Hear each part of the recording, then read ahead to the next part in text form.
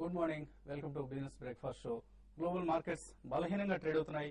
ఈ వారం ఆరంభంలో ఎస్టీఎక్స్ నిఫ్టీ 50 పాయింట్ల నష్టంతో 5429 దగ్గర ట్రేడ్ అవుతోంది. సో ఇవాళ ప్రారంభంలో మన మార్కెట్స్ ఫ్రైడే లాభాలను తుడిచిపెట్టే అవకాశాలు ఎక్కువగా కనిపిస్తున్నాయి. ప్రస్తుతం గ్లోబల్ మార్కెట్స్ ట్రెండ్ గమనిస్తే ఈ రోజుల్లో తిరిగి తలెత్తున్న డెట్ క్రైసిస్, అలాగే డాలర్ తిరిగి వీక్ కావడం, ఇటువంటివన్నీ కూడా మార్కెట్స్ మీద నెగిటివ్ ఇంపాక్ట్ చూపిస్తున్నాయి. సో ఇవాళ ఓపెనింగ్ కొంత గ్యాప్ డౌన్ ఓపెనింగ్ కు అవకాశాలు కనిపిస్తున్నాయి. అలాగే రిజల్ట్ సీజన్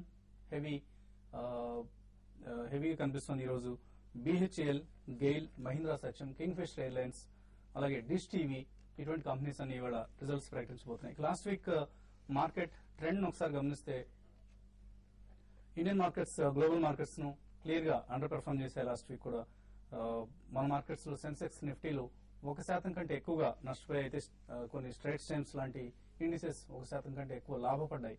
అలాగే షాంఘై చూసినా, నిక్కీ చూసినా, ఎటువంటి ఏ ఇతర ఏషియన్ మార్కెట్స్ గమనించినా కూడా ఇండియన్ మార్కెట్స్ అండర్ పెర్ఫార్మ్ చేశాయి. దీనికి అఫ్ కోర్స్ రకరకాల రీజన్స్ కనిపిస్తున్నాయి. యూపీఏ సెకండ్ ఇన్నింగ్స్, ప్రభుత్వం 2 ఏళ్లు పదవీకాలం పూర్తి చేసుకుంది.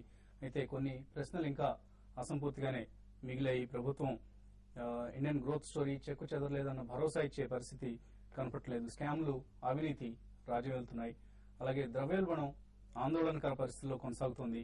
ఆహార భద్రతపై ఎటువంటి హామీని ప్రభుత్వం ఇవ్వలేకపోతోంది. ప్రపంచ ఆర్థిక సంక్షోభం కోరల నుంచి తప్పించుకోగలిగాం అన్న సంబరం ఒకటే మిగిలింది ప్రస్తుతానికి.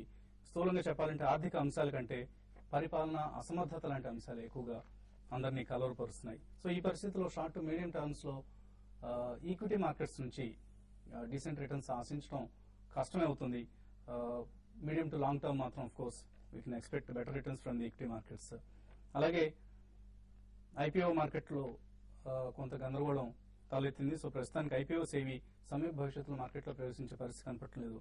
గెలాక్సీ సర్ఫెక్టెంట్స్ ఈ ఇష్యూ లాస్ట్ వీక్ ఇష్యూని పూర్తిగా రద్దు చేసుకున్న సంగతి మన అందరికీ తెలిసిందే.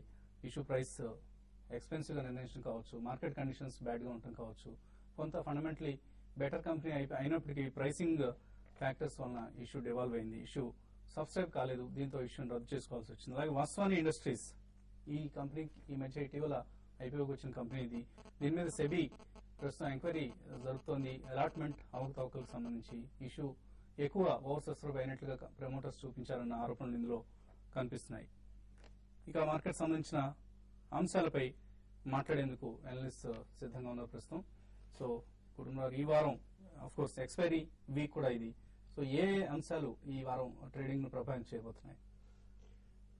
సింపుల్ గా చెప్పాలంటేనండి, ఇప్పుడు F&O ఎక్స్పైరీకి సంబంధించి ఏ స్టాక్స్ లో అయితే లాంగ్ పొజిషన్స్ ఉన్నాయో ఆ స్టాక్స్ లో అన్వైండింగ్ అనేది డెఫినెట్ గా అవుతుంది. అండ్ ఏ స్టాక్స్ లో అయితే షార్ట్ పొజిషన్ ఉందో అందులో స్టాక్ స్పెసిఫిక్ షార్ట్ కవరింగ్ అనేది కూడా రావచ్చు అనమాట.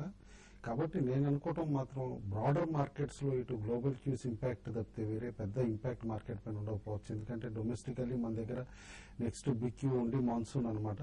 అయితే మనం లాస్ట్ ఫ్యూ వీక్స్ నుంచి జరుగుతున్న మార్కెట్ పెర్ఫార్మెన్స్ చూస్తే కనుక క్లియర్లీ తెలుస్తుంది. ఎప్పుడైతే కనుక ఒక స్టాక్ అంటే ఇండెక్స్ ని మూవ్ చేయగలిగే స్టాక్ నెగిటివ్ రిజల్ట్ ఇస్తే అది ఇండెక్స్ ని పడగొట్టడం, అట్లానే ఏ స్టాక్ అయితే కనుక మంచి రిజల్ట్ ఇస్తే లైక్ ఎల్ఎన్టీ ఫ్రైడే నాడు మార్కెట్ ని మూవ్ చేయగలిగింది అనమాట, థర్స్డే ఫ్రైడే నాడు అప్వర్డ్ సైడ్. కాబట్టి క్లియర్లీ ఏంటంటే ఇప్పుడు స్టాక్ స్పెసిఫిక్ మూవ్సే మార్కెట్ ని ఇంపాక్ట్ చేస్తున్నాయి.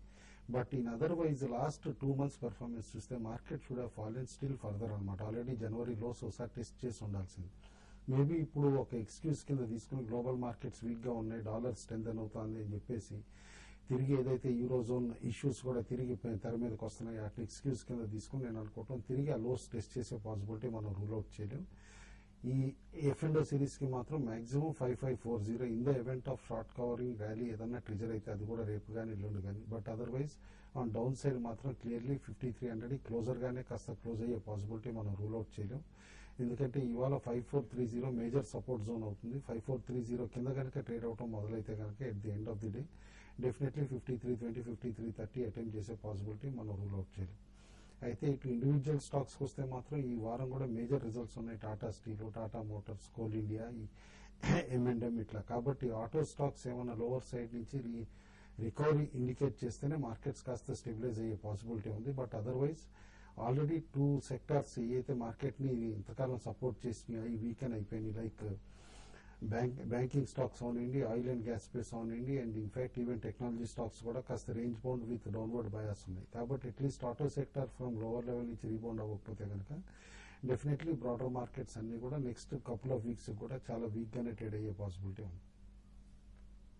కమోడిటీస్ మార్కెట్స్ లో క్రూడ్ ఆయిల్ $1 ఆల్మోస్ట్ 1% నష్టంతో $99 దగ్గర ప్రస్తుతం నైమెక్స్ క్రూడ్ ట్రేడ్ అవుతోంది. అలాగే గోల్డ్ ప్రైస్ స్ట్రాంగ్ గా ఉంది. ఈ మార్నింగ్ ఈ వారం ఆరంభంలో గోల్డ్ ప్రైస్ కొంత స్ట్రెంగ్త్ చూపిస్తోంది. ఆల్మోస్ట్ 1510 రూపీస్ దగ్గర ప్రస్తుతం ట్రేడ్ అవుతుంది గోల్డ్ ప్రైస్. అలాగే సిల్వర్ అదే రేంజ్ లో ట్రేడింగ్ రేంజ్ లో కొనసాగుతోంది. $34.95 దగ్గర ట్రేడ్ అవుతుంది. సో లాస్ట్ వీక్ కూడా ఆల్మోస్ట్ ఇదే రేట్ దగ్గర క్లోజ్ అయిన సంగతి మనకు తెలిసిందే. వరల్డ్ మార్కెట్స్ తో కంపేర్ చేస్తే ప్రత్యేకించి బ్రిక్ కంట్రీస్ లో ఇండియన్ మార్కెట్స్ ఇంకా ఎక్స్పెన్సివ్ గా కనిపిస్తున్నాయంటే ఎఫ్ఐఎస్ చెప్తున్నారు. For instance Shanghai index 11 times 11 PE దగ్గర ట్రేడ్ అవుతుంది. Brazil 8.6, Russia 5.7 times. సో మన మార్కెట్స్ మాత్రం ఇంకా 13 కంటే ఎక్కువ PE దగ్గర ట్రేడ్ అవుతున్నాయి. సో ఈ పరిస్థితిలో ఎఫ్ఐఎస్ బయింగ్ వచ్చే అవకాశాలు ఎంతవరకు ఉంది? ఇక్కడ ఒకటి పిఈ ఒకటి, దాంతో పాటు గ్రోత్ కూడా చూడాలండి. కంపేర్ చేసుకుంటే ఇప్పుడు మీరు చెప్పిన వాటిలో బ్రెజిల్ ఒకటి, తర్వాత చైనా ఒకటి, గ్రోత్ అనేది జీడిపి గ్రోత్ చాలా స్ట్రాంగ్ ఉంది. మన ఇండియాది కూడా గ్రోత్ అనేది చాలా స్ట్రాంగ్ ఉంది. అయితే రీసెంట్ గా లాస్ట్ ఒక 6 to 8 months హై ఇన్ఫ్లేషన్ వల్ల అనేది గ్రోత్ అనేది తగ్గే అవకాశం ఉంది. దానివల్ల ఏంటంటే చాలా వరకు చాలా ఫారిన్ ఫండ్స్ అంతా కూడా ఏంటంటే ఇండియన్ మార్కెట్ ఎక్స్పెన్సివ్ అని అంటున్నారు. మనం గమనిస్తూనే ఉన్నాం. అయితే నేను నా ఉద్దేశం ప్రకారం కొన్ని స్టాక్స్ ఉన్నాయి, అంటే ఇండెక్స్ ని పక్కన పెడితే చాలా స్టాక్స్ ఇంకా మనకి ఎక్స్పెన్సివ్ కాదు. ఇండెక్స్ బేస్డ్ స్టాక్స్ అయితే ఏవైతే మేజర్ గా రిలయన్స్, ఇటువంటి ఇన్ఫోసిస్ ఇట్లా ఉన్నాయో ఇవి రిజల్ట్ కూడా ఏమాత్రం మనం చూసాం లాస్ట్ 2-3 quarters రిజల్ట్ ఎంకరేజింగ్ గా లేవు. ఎప్పుడైతే ఇవి మంచి రిజల్ట్ వస్తాయో అప్పుడు మన ఎక్స్పెన్సివ్ అనేది మన నుంచి బయటపడతాము. ఏదైనా కూడా లాంగ్ టర్మ్ ఇన్వెస్టింగ్ మాత్రం మార్కెట్ ఇప్పుడున్న కరెంట్ లెవెల్స్ అనేది, ఎందుకంటే లాస్ట్ 1 year 1 year బ్యాక్ మన నిఫ్టీ ఎక్కడ ఉంది, ఈ రోజు కూడా దగ్గర అక్కడే ఉంది. లాస్ట్ 1 year లో మనకి పెరిగింది, మన మార్కెట్ పెరిగింది ఏం లేదు. మరీ ముఖ్యంగా మన గ్రోత్ ఈ విధంగా తగ్గడానికి ప్రధాన కారణం ఇంతకుముందు మీరు అన్నట్టుగా గవర్నమెంట్ అనేది చెప్పాలి. ఎటువంటి గ్రోత్ ఓరియంటెడ్ ప్రోగ్రామ్స్ మీద కాన్సన్ట్రేషన్ లేదు, అదొక రీజన్ చెప్పొచ్చు. దీంతో పాటు గ్లోబల్ గా కమాడిటీస్ చాలా ఎప్పుడు లేని విధంగా ఒక 50-60% పెరగడం అనేది కూడా ఒక రీజన్ చెప్పొచ్చు. దానివల్ల ఏంటంటే హై ఇన్ఫ్లేషన్ అనేది ఇంకా పెరిగిపోయింది. ఏదైనా కూడా లాంగ్ టర్మ్ కి మాత్రం ఇప్పుడు వచ్చే కరెక్షన్ లో నెక్స్ట్ 1 year 1.5 year కి ఇన్వెస్ట్ చేయొచ్చు. అరౌండ్ నిఫ్టీ 5200 అనేది చాలా వరకు చాలా స్ట్రాంగ్ సపోర్ట్ ఉంటుంది. అరౌండ్ ఆ లెవెల్కి వచ్చినప్పుడు లాంగ్ టర్మ్ ఇన్వెస్ట్మెంట్ చేయమని చెప్తాను. అయితే స్టాక్ స్పెసిఫైడ్ తో పాటు కొన్ని సెక్టర్ ని అవాయిడ్ చేయమని చెప్తాను. లైక్ ఇప్పుడు high commodities price, recent commodity stocks కొంత వీక్ ఉన్నాయి. దీంతో పాటు కొన్ని స్టాక్స్ ని, ఫార్మా స్టాక్స్ అనేది ఇక్కడ నుంచి కొంచెం డిఫెన్స్ గా ఉండొచ్చు. తర్వాత ఎఫ్ఎంసీజీ, ఇటువంటి స్టాక్స్ లో ఇప్పుడు నెక్స్ట్ 1-2 నెలల కోసం ఇన్వెస్ట్ చేయమని చెప్తాను. షార్ట్ టర్మ్ కు మాత్రం ఓవరాల్ గా మార్కెట్ అయితే నెక్స్ట్ ఒక 1 week 10 days కి మాత్రం సెల్ అండ్ ర్యాలీస్ అని చెప్పొచ్చు. నిఫ్టీకి 5350 దగ్గర చాలా స్ట్రాంగ్ సపోర్ట్ లభించవచ్చు. ఒకవేళ 5350 బ్రేక్ ఏంటంటే 5200 వరకు ఆల్ ది వే నిఫ్టీ రావడానికి అవకాశం ఉంది. అట్ ద సేమ్ టైం నిఫ్టీకి 5450 దగ్గర 5500 దగ్గర రెసిస్టెన్స్ ఉంటుంది. ఒకవేళ 5500 దాటితే అక్కడ నుంచి ఒక 60-70 పాయింట్లు పెరిగే అవకాశం ఉంది. ఏదైనా కూడా 1-2 రోజుల్లో మాత్రం మార్కెట్ పెద్దగా పెరిగే అవకాశం అయితే కనపడలేదు. ఇన్వెస్టర్స్ నుంచి కాల్స్ తీసుకోబోయే ముందు ఇప్పుడు ఒక చిన్న బ్రేక్ తీసుకుందాం.